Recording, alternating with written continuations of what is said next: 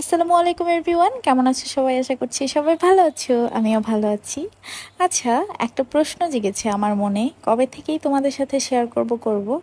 তোমাদের শাশুড়িদের সাথে যদি ঝগড়া লাগে তাহলে তোমরা আসলে কি করো? কে আগে কথা বলে, তুমি নাকি তোমার শাশুড়ি তোমার সাথে আগে কথা বলে? আসলে এই প্রশ্নটা আমি অনেকদিন ধরেই ভাবছিলাম তোমাদের সাথে করব, কিন্তু আমার আসলে মনে থাকে না। যখন আমি ভিডিওতে ভয়েস দিই তখন আমি অন্য প্রসঙ্গে চলে যাই। তো আজকে চিন্তা করলাম যে এই কথাটা তোমাদেরকে আস্ক করি, আর তোমরা আমাকে অবশ্যই এটার উত্তরটা দিয়ে দিবা। আচ্ছা, যাই হোক, আমারও কিন্তু আমার শাশুড়ির সাথে একটু ঝগড়া লেগেছে। তো ঝগড়া লাগলে কিন্তু আমি নর্মালি আমার শাশুড়ির সাথে আগেই কথা বলি।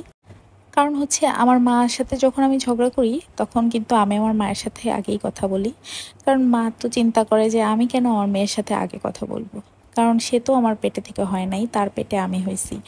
সো এই রকমই আমি চিন্তা করি। আমার শাশুড়ির সাথে কিন্তু আমার কোনো ঝগড়া লাগলে বা কথা কাটাকাটি হলে আমি নিজেই যে তার সাথে কথা বলি, খাবার সার্ভ করার সময় তাকে ডাকাডাকি করি। তারপরে কিন্তু আমার শাশুড়ি একদিন, 2 দিন, 3 দিন তারপরে কিন্তু আবার ঠিক হয়ে যায়। যদিও আমার শাশুড়ি 3 দিন রাগ করে থাকে না, সে আবার দেখা গেছে যে একদিন যেদিন রাগারাগি হয় সেদিনই একটু রাগ করে থাকে, তারপরে কিন্তু আবার ঠিক হয়ে যায়। তো দেখো, এই যে জাইন কিন্তু সকালে নাস্তা করতেছিল, তো আমি রান্না করতেছিলাম, রান্নার ফাঁকে ফাঁকে এসে দেখতেছিলাম যে জাইন কি করে। আর এই যে হাঁসগুলোকে মাত্র খাবার দেয়া হয়েছে, তো ওরা খাচ্ছে মনের সুখে। আমাদের কিন্তু কিছু মুরগিও আছে, আসলে এগুলো ওর দাদু পালে। কারণ হচ্ছে জাইনকে বাইরের ডিম খাওয়ায় না, ওকে হচ্ছে গিয়ে দেশি মুরগির ডিমগুলোই খাওয়ায়। আসলে এতগুলো মুরগি হওয়ার পেছনে অনেক বড় কাহিনী আছে, সেটা হচ্ছে গিয়ে আমি অন্য কোনো ব্লগে তোমাদেরকে বলবো যদি তোমরা জানতে চাও। আর এই হাঁসগুলো হচ্ছে জাইনের বাবা শখ করে পালে।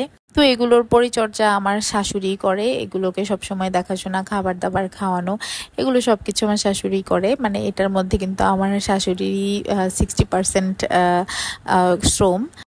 তো এই ওদের যখন খাবার দিচ্ছিল তখন আমার ওদেরকে দেখতে অনেক কিউট লাগতেছিল, তাই তোমাদের সাথে শেয়ার করলাম ভিডিওটা।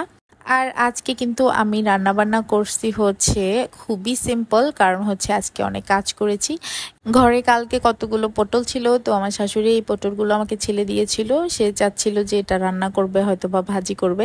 তো পরে বললাম, মা পাবদা মাছ দিয়ে এটাকে আমি একটু ভুনা ভুনা করি। তো আমি যখন পাবদা মাছ দিয়ে এটা ভুনা করব বলছি, তখন কিন্তু আমি প্রথমে পটলগুলো ভেজে নিছিলাম, ভেজে তারপরে কষায় তারপরে কিন্তু রান্নাটা করছি। এটা কিন্তু অনেক বেশি মজা হয়েছে। আর পাবদা মাছগুলা কিন্তু আমার অনেক ভালো লাগে। পাবদা মাছগুলো হচ্ছে আমি ভাজছিও খুব কড়াভাবে, এটাতে বেশি করে মরিচের গুঁড়োও দিছি, আবার কাঁচামরিচও দিছি, তাতে কিন্তু এটা ঝাল ঝাল লাগছে আর মজা লাগছে। আর আমি জাইনের জন্য কিন্তু আলাদা করে 2 পিস পাবদা মাছ হালকা ভাইজা তারপর ওকে খাওয়াইছি। আমাদের প্রতিদিনের রান্নার সাথে কিন্তু জাইনের জন্য আলাদা কিছু রান্না করতে হয়, কারণ হচ্ছে সে ঝাল কিছু খেতে পারে না। তারপরে চিন্তা করলাম একটা মাত্র তরকারি, তারপরে একটু ডালও রান্না করি, কারণ আমার জামাই আর আমার শ্বশুরের ডাল খুবই পছন্দ, আর আমার ছেলেও ডাল পছন্দ করে। কিন্তু সত্যি কথা বলতে হচ্ছে আমি আর আমার শাশুড়ি দুইজনই ডাল বেশি পছন্দ করি না, আমরা খুব কম খাই ডাল। কিন্তু তারপরেও আর কি, আজকে একটু ডাল খাবো জন্য কিন্তু আমি অনেক অল্প পরিমাণ ডাল রান্না করতেছি আজকে। তো আজকে সারাদিন অনেক ঝুম বৃষ্টি হয়েছে, আর হচ্ছে এই খাওয়া দাওয়া করে আমার বাসায় আরও কিছু মানুষজন আসে, এদের সাথে আমার কিছু কাজ থাকে। তো ওগুলো করার পরে কিন্তু আমার দিনটা এভাবেই শেষ হয়েছে। সো আজকের মতো আমার ব্লগটা এই পর্যন্তই। তোমরা সবাই ভালো থাকবা, সুস্থ থাকবা, আর আমাদের চ্যানেলটাকে সাবস্ক্রাইব করে আমাদের পাশে থাকবা। আল্লাহ হাফিজ।